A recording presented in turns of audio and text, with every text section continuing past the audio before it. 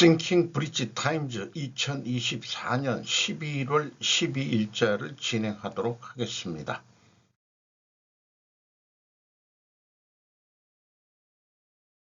오늘의 편집 내용 제목들이 되겠습니다.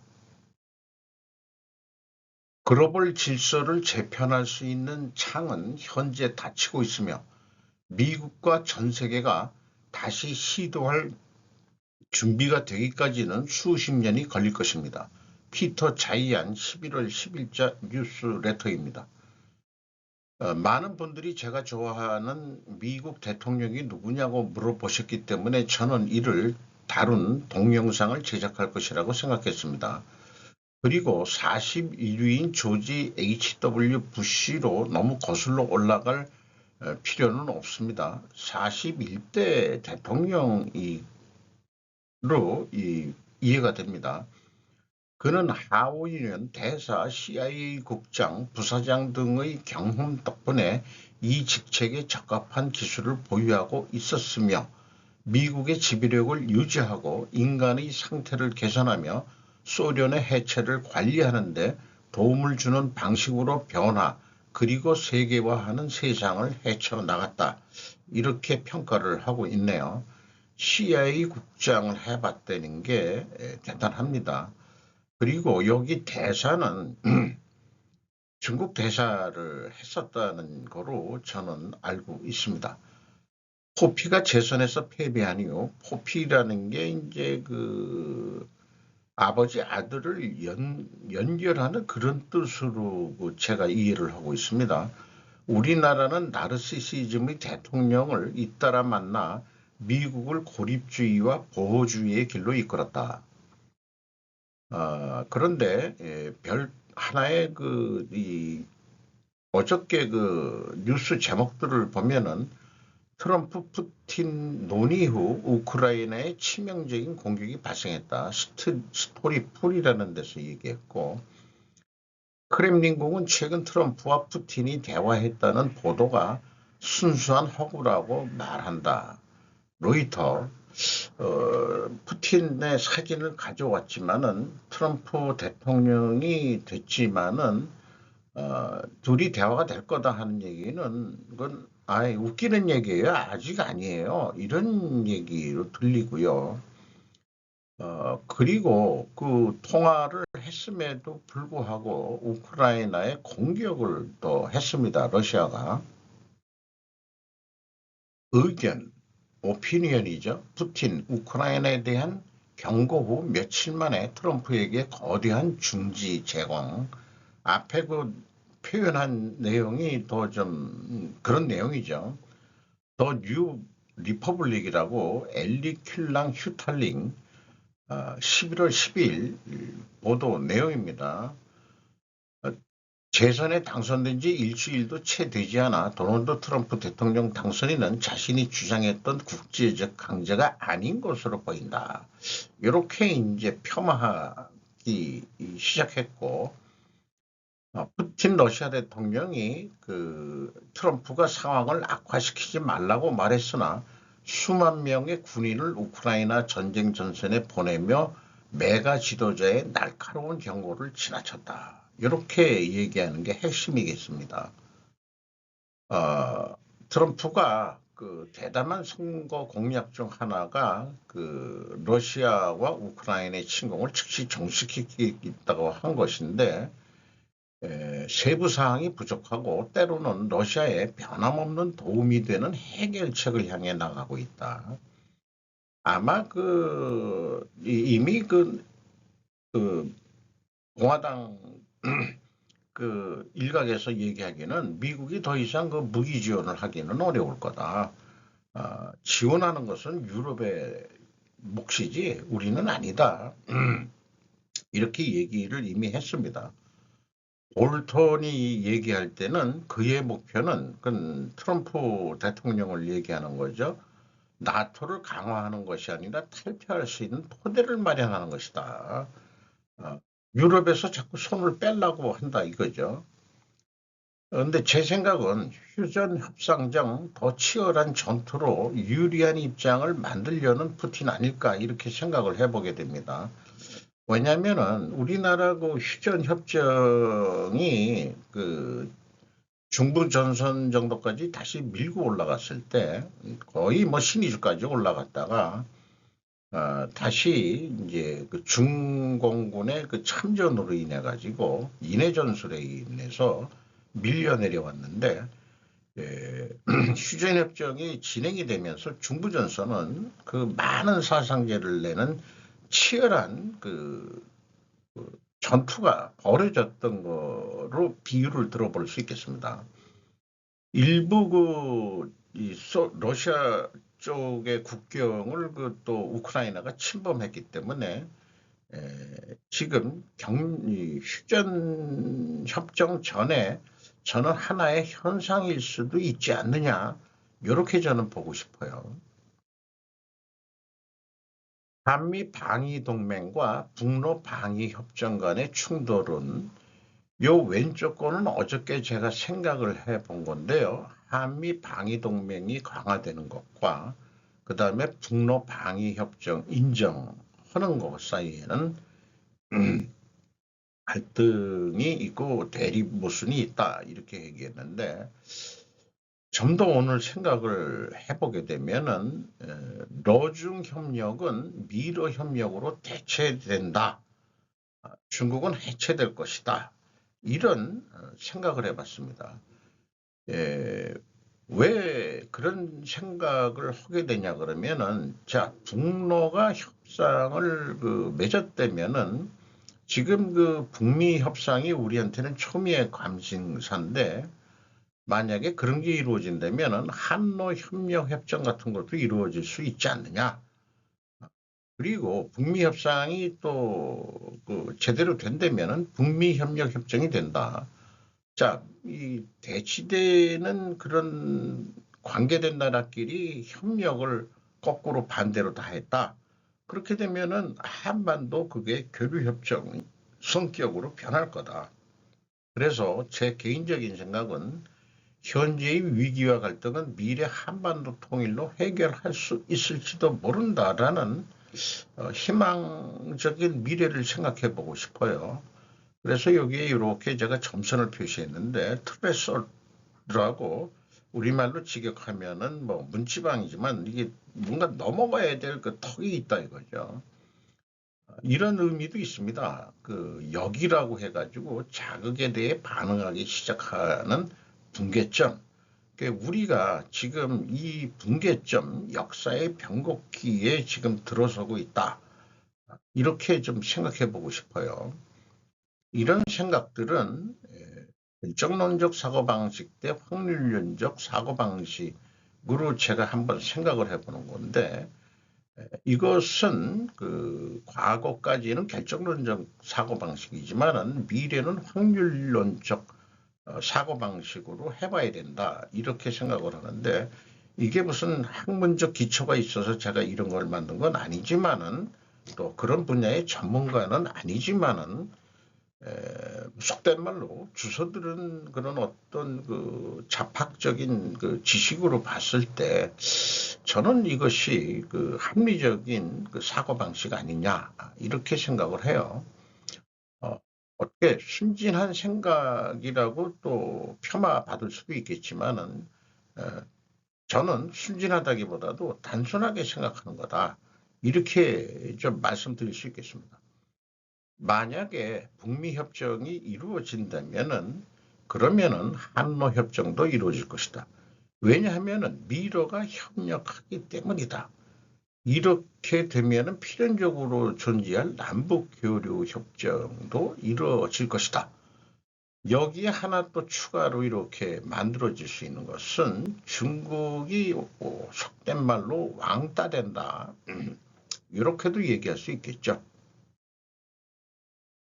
속보 이시바 시게루 103대 총리 지명 결선서 노다공는 무효표 많아 과반 못 미쳐 FNN 온라인 프라임 온라인에서 보도를 했습니다. 참의원 쪽에서는 한 번에 이시바 씨를 선출했는데 자민 공명 양당이 과반수가 깨진 중의원은 첫 번째 그 투표에서 과반수에 이르지 못해서 이시바 씨와 입헌민주당의 노다 대표의 결선이 이루어졌는데 이시바 씨의 득표가 노다 씨를 웃돌아 수상에 선출되었다. 이시바 씨는 221표, 노다 씨는 160표, 무효표 84표인데 무효표의 대부분은 일본 유신회나 국민민주당 등 자당 당수들의 이름을 썼기 때문으로 보인다. 어쨌든 이제 그 중의원 선거가 끝나고 이시바 총리가 재선이 됐는데 제 개인적인 희망은 한일 우호관계가 지속되고 한미일 동맹이 더 강화되기를 바랍니다. 또한 기시다 전 총리의 부탁사항일 수도 있겠습니다. 기시다 수상이 퇴임 전에 마지막으로 한국을 또 방문한 것도 그것을 상징한다. 저는 그렇게 좀 생각하고 싶네요. 윤 정부 전반기 성과는 한일 관계 정상화, 연합뉴스에서 일본판으로 보도된 내용인데 윤 정부 전반기 성과로는 한일 관계 정상화와 노동조합 전국조직, 민주노총 공공운수노조 화물연대본부의 불법 파업 해결, 탈원전 전환 등을 꼽았다. 이거 근데 그 민주노총은 더 좀 까부숴야 될 거라고 봅니다. 저는. 그리고 한일 관계가 그 정상화 됨으로 인해서 그 원인으로 한미일 공조로 이어졌다. 그러니까 이 전반기 성과는 한일 관계 정상화인데 이것은 계속 가야 될 것 같고 하반기 쪽으로는 민생 뭐 양극화 개선 이런 거가 이제 그 화두로 나오고 있습니다. 이 한일 관계 정상화야말로 역사 속에서 평가받을 수 있다고 그렇게 좀 한동훈 씨도 얘기를 했다고 합니다. 이민송환 담당의 호먼 씨, 유엔 대사는 스테파니크 씨, 신정권 지지통빈 외신부에서 이번에 그 불법 이민 추출을 위한 담당하는 사람을 1차 행정부 때 이민세관 수사국장 대리를 지낸 톰 호먼을 임명했다. 이렇게 생긴 사람이 모양이에요. 뭐 잘 될지 일단 이 임명을 했고 스테파니크 씨는 그 유엔 그 대사 허프하고 영리한 미국 제1의 투사다 이렇게 이제 또 평가를 했답니다. 그래서 이 스테파니 씨는 여성 최초의 대통령 수석 보좌관으로 등용되는 수전 와일즈와 합쳐 모두 이 3명의 여성 강요가 생기게 된다. 이렇게 소개를 하고 있습니다. 조선업 주가를 밀어올린 가장 큰 요인은 트럼프의 당선인은 말이다. 권오은 조선비즈입니다. 트럼프 대통령이 선박 수출뿐만 아니라 보수 수리 정비인 MRO 분야에서 긴밀하게 양국 협력이 필요하다. 이런 언급을 했대요. MRO가 주로 그 미국 군함을 유지 보수 수리하는 건데 그 국가 기밀상 다른 나라에선 안 하게 돼 있는데 그래서 하나 조선 해양보고 하나오션 보고 미국 조선소를 인수 좀 해달라. 거기에서 좀 미국 해군 군함을 MRO 좀 해달라 하는 얘기들이 쭉 진행됐었죠. 뭐 필리핀 만에서도 수빅 만 쪽에서도 현대중공업은 임차를 해서 또 거기서 뭐 배수리를 한다 하는 얘기도 있고 미군이 다시 필리핀에 들어왔기 때문에 미군 에리아라고 한다면은 그게 또 필리핀에서도 유지보수가 가능할 거라고 저는 그렇게 생각합니다. 그리고 이런 표현이 있어요. 최근 중국 경기 부양책이 예상에 못 미치면서 철광석 가격이 하락한 만큼 후판, 선박 등에 쓰이는 두꺼운 철판 가격도 내려가면 한국 조선사 수익성에 도움이 될 것이라고 이렇게 뱅크 오브 아메리카 증권에서 얘기를 했다는데 이거가 좀 이율배반적인 얘기가 있습니다. 문제는 한국 제철업체의 수익성 하락입니다. 중국의 과잉 생산과 덤핑 수출 때문에 이 100% 중국산 철판을 들여온다고 해도 안 될 얘기고 한국 철강 제철업체는 한국 정부한테 이 덤핑 여부 이런 거를 진정서를 냈다고 하는 그런 얘기도 있습니다. 비트코인 정치적 필수가 되다. 뉴욕 증거거래소 비보유자에게 책임감 증가 경고. 에코노 타임즈. 이 비트코인은 이 기존의 이 금융 질서가 있는 중앙은행 시스템 달러 화폐 이런 기준으로 돌아가는 게 아니고 중앙은행에서 하는 건 뭐 CBDC라고 얘기를 하고 있는데 비트코인은 이제 개인이 민간이 만들어낸 거죠. 근데 트럼프 대통령이 비트코인 쪽을 지지함으로 인해 가지고 대통령 당선되자마자 가격이 엄청 뛰고 있답니다. 그래서 이런 표현을 하고 있어요. 비소유권이 재정적 부채가 될 것이다. 자산을 소유하지 않는 것은 향후 책임이 될 것입니다라고 그렇게 얘기한다 그러고 다양한 이유로 자산을 쉽게 처분하거나 무시할 수 있는 투자자는 재정적 위협에 처한 상태에서 계속 그렇게 할 것이다. 공화당 다수 및 암호화폐 찬성 정책으로 갈 것이다.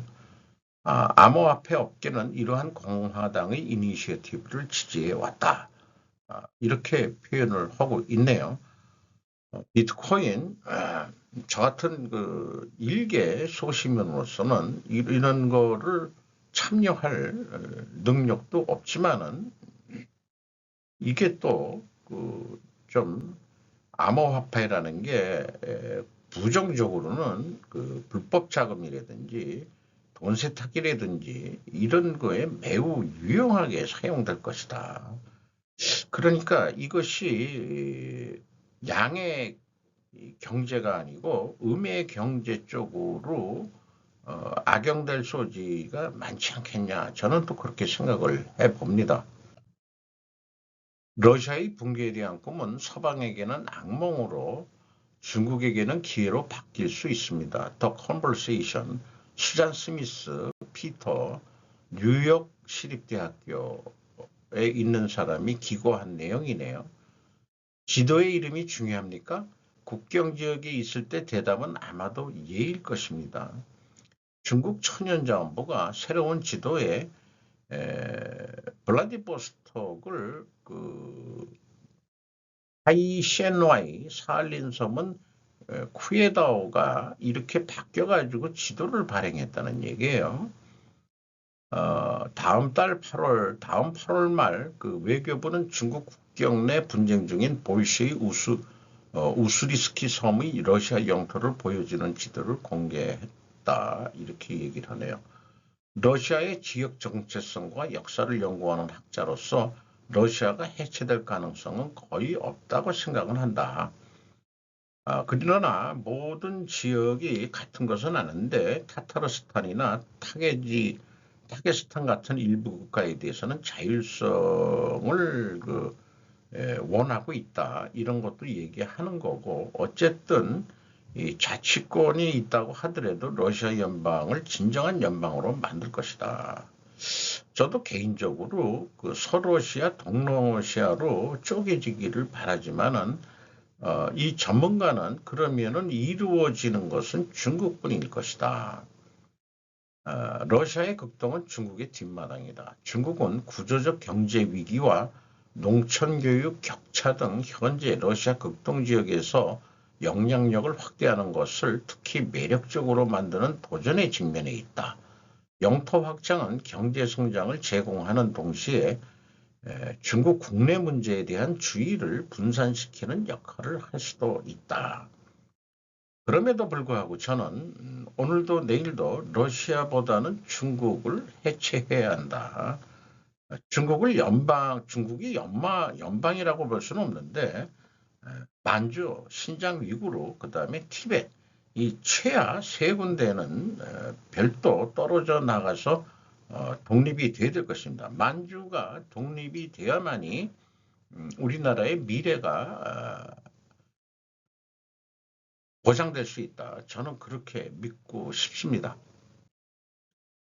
오피니언, 우크라이나를 구하고 3차 세계대전을 피하려면 트럼프 대통령 취임 전에 우크라이나를 나토에 초대하세요.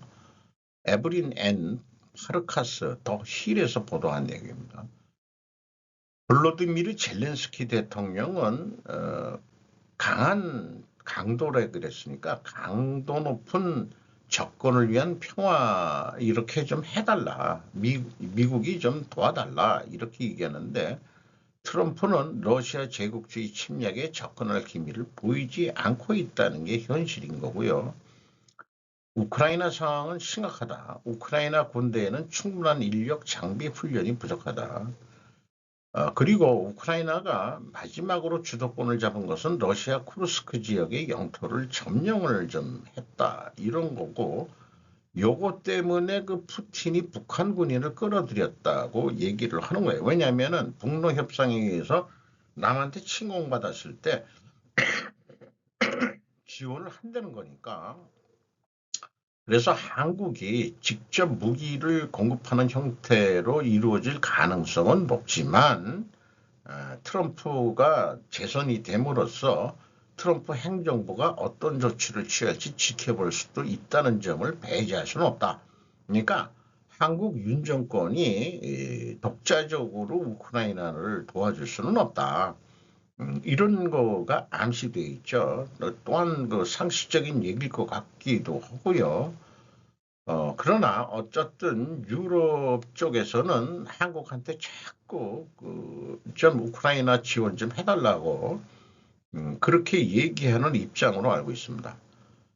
그래서 여기 그 결말은 미국은 이제 즉시 독자적인 조치를 취해야 합니다. 그러니까 우크라이나를 나토에 가입시켜야 된다는 논지로 가고 있는데 아니죠. 푸틴은 휴전을 하려면은 우크라이나가 중립국화돼야 된다. 우크라이나가 나토에 들어간다면은 러시아 입장에서는 나토군하고 러시아하고 바로 국경을 맞대기 때문에 더 불안하다. 그렇게 해서는 휴전할 수는 없다. 이것이 이제 푸틴의 입장일 겁니다. 어쨌든 그 우크라이나의 휴전은 우리나라 그 휴전선 비무장지대를 설치해 가지고 유엔 감시가 아닌 나토 감시군에 의해서 감시가 돼야 된다. 이렇게 좀 진행이 되지 않을까 그렇게 생각이 되네요.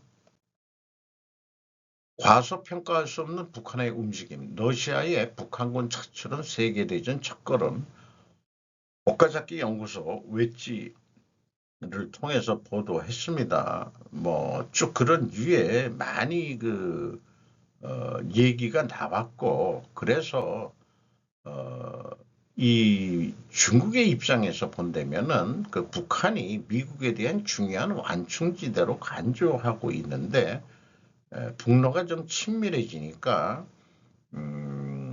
그 또 중국의 입장에서는 그 한반도에서 만약에 그 긴장이 된다면은 그 대만을 침공할 수 있는 기회도 되니까 실제로 미국에서도 한반도와 대만 해협에서 동시에 분쟁이 발생할 가능성을 추측하는 사람도 있다. 그러니까 아까 뭐 저도 그 순진한 생각이라고 했지만 저는 단순한 사고방식이다.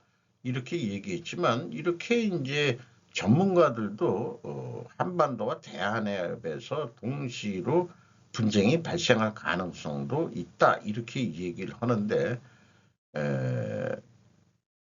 우리 입장에서는 곤란한 거죠. 그리고 또 유감스럽게도 서방은 북한의 능력을 현저히 과소평가하는 경향이 있었다. 김정은에게 이익은 현재 러시아로부터의 그 기술 이전 등과 자금 제공에 집중되어 있지만 그 한반도의 장래 분쟁도 내다보고 있을 것이다. 김정은이 유럽의 전쟁에서 러시아를 지원한다면 러시아는 언젠가 아시아의 분쟁으로 보답할지도 모른다. 이런 거죠. 북러 협정이. 그래서 활발해지는 한국의 움직임을 소개하고 있는데 우리가 크게 정보 전환을 해서 지금 우리가 미리 발표를 했죠. 북한군이 우크라이나에 갈 것이다라고 우리가 먼저 정보 당국이 발표를 했습니다.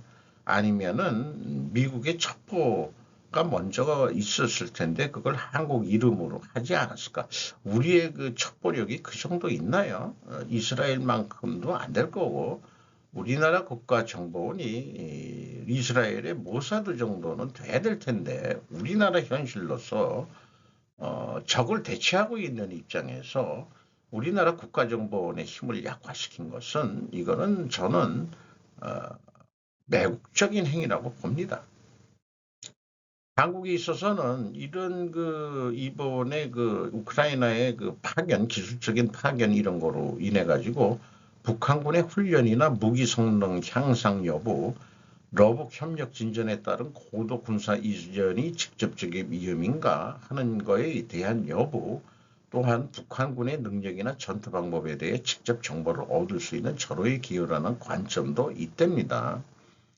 이미 한국의 군 첩보부문 대표가 나토하고 EU를 방문해서 정보 공유 및 협의를 하고 있고 북한군에 대한 정보 제공과 북한 병사 설득, 포로, 신문, 탈북 희망자 수용 제의 등 심리전을 하는 거로 우리가 그 코치를 이미 했다는 얘기로 언급을 하고 있는 것 같네요. 지금 우크라이나의 지원을 강화할 수 있을까? 여전히 전황에 가장 실질적인 영향을 줄 수 있는 것이 미국의 군사 지원이라는 사실은 변함이 없다. 그런 미국은 지금도 상황 악화의 우려에 장거리 무기 사용 제한 해제에 나서지 않고 있다. 방어 전쟁만 하지 그 공격 미사일 그거 공격을 하지 말 허락을 안 한다는 거죠. 그러니까 우크라이나가 독자적으로 그 미사일을 가질 수도 없고 그러기 때문에 좀 문제가 되죠. 이 기사가 바로 앞에 한 더힐 기사 중 다음의 조치는 한국이 우크라이나에 직접 무기를 공급하는 형태로 이루어질 가능성이 높지만 트럼프 새 행정부가 어떤 조치를 취할지 지켜볼 수도 있다는 점을 배제할 수 없다. 그러니까 한국 정부가 그 비군사적이기보다도 첩보 등 기술적인 그거를 지금 가가지고 이미 파견이 돼가지고 일을 하고 있는 거로 돼 있는데 비전투 분야죠. 그러니까 그 직접 무기 제공 여부는 우리 그 트럼프 아저씨가 그 하는 거를 봐가지고 속된 말로 윤 대통령이 트럼프 눈치를 보지 않을 수 없다. 이걸 이렇게 이제 직선적으로 얘기를 해볼 수밖에 없겠죠. 이라는 펜타닐 기반 화학 무기를 개발했다. 자, 펜타닐이라는 게 이제 마약인데 이게 합성 오피오이드라고 또 표현하기도 하는데 이거를 쏴버리면은 마약에 취해가지고 전투 능력이 없어진다. 한마디로 그런 얘기인데 요게 PBA라는 게 PBA 이거 당구 무슨 뭐 첫자는 똑같네요. 제약 기반 에이전트 그 BA는 근데 그 제약이라는 게 P가 그 파머 이런 거겠죠. 그 제약 PBA 베이스 그다음에 에이전트 이런 거네요. 피해자를 무력화하거나 사망에 이르게 하는 무기의약품이다. 그 무슨 살인가스 이런 거 아니더라도 이라크의 화학경곡으로 그 이란 100만 명의 이란인이 사망한 화학전쟁의 희생자였다. 그 이라크의 그 생화학 무기가 다 이라크 침공해서 다 없앴다고 하죠. 2023년 9월 이란 반정부 해커들은 메테토미닌을 퍼뜨리기 위한 이란 군사대학의 수류탄 개발 과정을 자세히 설명하는 기밀 문서를 게시했다고 미국 국무부가 밝혔습니다. 반면 미국은 2023년 화학무기 폐기를 완료했다. 자, 이게 일반 무기 외에도 일반 살상 무기 외에도 이게 펜타닐이 화학무기로 써질지는 꿈에도 생각을 못했네요. 자관 전쟁을 하는 입장에서는 뭐 강력한 무기가 없다면은 이런 걸 또 개발해서 그거를 적에게 쏘면은 이 정신이 혼미해지고 그렇게 되니까 전투 의욕이 떨어지고 이런 것도 있네요. 참 생각할 게 많네요. 일본의 잃어버린 30년, 한국도 비슷한 문제에 빠져 있지 않을까. 길륜형 한겨레 일본판입니다. 인터뷰 희준 숙자 우리말식으로 한자로 번역을 했네요. 사이타마 대학 명예고수 이분이 96제 키슌 요시코라는 일본말로 얘기하면 숙자가 요시코군요. 휘주는 한자식으로 그냥 발음한 것 같네요. 풍요란 무효신가라는 거를 1989년에 써냈는데 한국에는 부자나라 가난한 국민이라고 번역이 돼서 나왔었답니다. 그리고 이번에 그 한국에 첫 방문을 했다는 거예요. 일본의 풍요라는 것은 사실 사상누강에 불과하다고 말했다. 일본 사회는 이 책이 던진 물음의 답을 찾는 데 실패했고 이후 잃어버린 30년으로 불리는 장기 불황에 빠졌다. 실패한 일본의 경험을 한국 사람들과 공유하고 연대 가능성을 찾기 위해서 이번에 한국을 방문했다. 죽기 전에. 이 사람은 1986년에서 87년 독일 베를린 자유대에서 객원 교수로 학생들을 가르치면서 얻은 경험이었다고 합니다. 독일 사회에서는 가난한 노동자들도 넓은 집에 살고 학비는 무료였으며 학생들은 교통비 할인을 혜택을 받은 것을 보면서 일본의 높은 교육비, 그 다음에 그 아주 좁은 집들, 높은 집값, 우리하고 거의 비슷하죠. 이런 것들을 보면서 이 자본주의에도 똑같은 자본주의가 아니다. 여러 가지 자본주의가 있구나. 자본주의 하는 데서도 집도 못 사고 하루 16시간에서 18시간을 일해야 하는 자본주의도 있다. 이게 이제 우리 그 야당 쪽에 펴면 이게 나라냐. 이렇게 이제 얘기를 하겠죠. 잃어버린 30년을 되찾기 위해 2012년 말 등장한 아베 전 총리가 아베노믹스를 통해서 양적 완화 정책을 폈습니다. 요 2012년에 제가 그때 그 일본을 먼 일로 방문을 했을 때 그 뉴스를 그때 아베노믹스 뉴스가 한창 그 나올 때 한번 간 게 있습니다. 어쨌든 일본의 국가 채무는 국내 총생산의 2.5배까지 늘어났다는 얘기고 이분이 희망을 거는 것은 그 개인이다. 실제로 움직이는 개인이다. 이런 사람들이 자신의 권리를 소중히 여기는 개인들 간의 통화 연대다. 이 연대라는 말이 나오면은 이제 그 진보 신문인 한겨레가 인터뷰를 안 할 수가 없는 거죠. 또 한겨레가 연대라는 말을 썼는데 이분이 연대라는 말은 안 썼을 거예요. 최근 4월에 발간된 세저서 제목은 96세인데 책을 내시네. 승인을 열다 상대의 존재를 존중하고 인정하자는 뜻. 이거는 뭐 아무리 강조해도 지나치지 않은 거죠. 왜 다른지에 대해 서로 대화하는 사회를 만들어야 된다.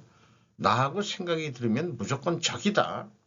근데 저도 자꾸 그렇게 되는 것 같아요. 나하고 생각이 들리면은 인정한다기보다도 그래 인정은 하는데 안 만날 거야 너를. 대화 단절을 하는 게 이게 이제 제가 꼰대가 되니까 더 그런 것 같아요. 근데 이 96세 되신 분이 그러지 말고 왜 다른지에 대해서 서로 대화하는 사회를 좀 만들어야 되지 않겠냐. 이분이 또 그렇게 얘기를 하네요. 교수는 젊은 세대에게 호소하고 싶은 것으로 다음 세 가지를 들었다. 아, 자, 96세 입장에서 본인은 자기는 그 전쟁을 겪은 세대다. 전쟁이 이제는 절대로 발생해서는 안 된다. 그래서 시민들이 정치인들에게 압력을 가해야 한다고 얘기하고 있고, 둘째로는 눈앞의 것이 아니라 근본적인 것을 생각해야 한다. 자, 이 근본적인 생각을 하려면 논리사고가 좀 돌아가야 돼요. 저도 지금 이거 방송을 하는 동기 중에서는 제가 세상 뉴스를 보면서 논리적으로 자꾸 생각해보는 그 논리거리를 좀 만들어 보고 싶은 거죠. 그냥 이대로 더 늙어갈 수는 없다. 세상을 어떻게 관조를 합리적으로, 논리적으로 좀 해볼 수 있지 않겠냐는 그 개인적인 욕망도 있습니다. 경제는 무엇 때문에 있는 것일까요? 돈이 아니라 사람을 위해서 존재하는 것입니다. 맞는 얘기죠. 맞는 얘기죠. 근본적으로는 사람이 살기 위해서 돈이 필요한 거다. 이렇게 얘기를 풀어서 얘기할 수도 있겠죠. 세 번째, 희망을 잃지 말고 포기해서는 안 된다. 이렇게 얘기를 하고 있네요. 아, 인생을 이 정도 사시면 이렇게 얘기하실 수 있을 거라고 생각이 됩니다. 어쨌든 제가 눈앞의 것이 아니라 그 증상적인 그런 생각 말고 근본적인 것을 생각하는 그런 젊은 세대가 돼야 되지 않겠냐. 그런 충고를 혼대는 거죠. 국내에 와서 인터뷰하는 그런 사진인데 진짜 참 그 고령인 나이에도 불구하고 이 승인을 열다라는 그 책을 쓴 거에 대해서 존경을 표하는 바입니다. 가격 40% 낮춘 땡처리 재고 쏟아져 팔아줄 옷가게도 없다. 기밀의 강우량 내수 부진 따라 3분기 소매업 재고 역대 최대. 재고 처리 업체의 폐업 처리의 폐업 업체들의 재고가 지금 쏟아지고 있다. 10분기 연속 감소한답니다. 소매 판매액이. 쌓여가는 땡처리 재고, 3분기 소매업 재고 역대 최대. 그러니까 우리나라도 디프레이션 쪽으로 가고 있는 이미 접어들었다 이렇게 얘기하고 있는데 그렇다면은 그 땡처리에서 가격을 뭐 아무리 싸게 해도 있는 사람들은 또 럭셔리한 옷을 입으려고 그러지 뭐 어쨌든 소매 판매는 10분기 연속 감소했다는 얘기고 국세청 통계는 작년에 폐업한 수만 98만 6천 명.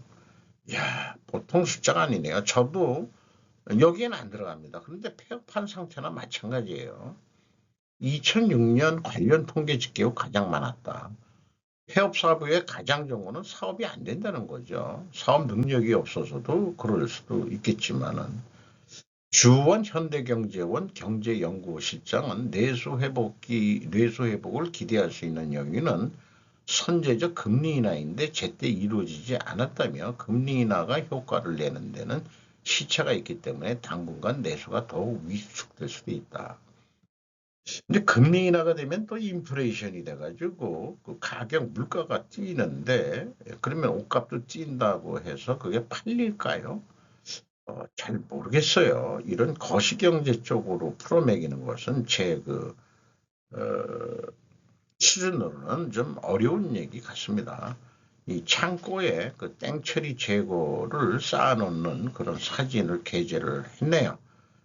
어떻든 의류 산업 또 그 3분기 공시가 되면은 한번 해보겠지만은 대기업형 그 의류업체보다는 중소기업 또 소기업 그래서 제가 기업 분석하면서 오로지 재고 하나만 가지고 분석을 해내는 거는 어, 역시 그 제조업을 하는 산업, 제조 산업에서는 재고 관리가 아주 중요한 거다. 그게 이익과 직결이 된다 하는 점을 어, 싱킹 브리지 타임에서도 다시 한번 좀 강조드리고 싶네요. 3분기 분석 실적들이 아니 분석들이 나오면은 그런 스루풋 재고 관점에서 분석한 내용들을 또 방송하는 시간을 갖도록 하겠습니다.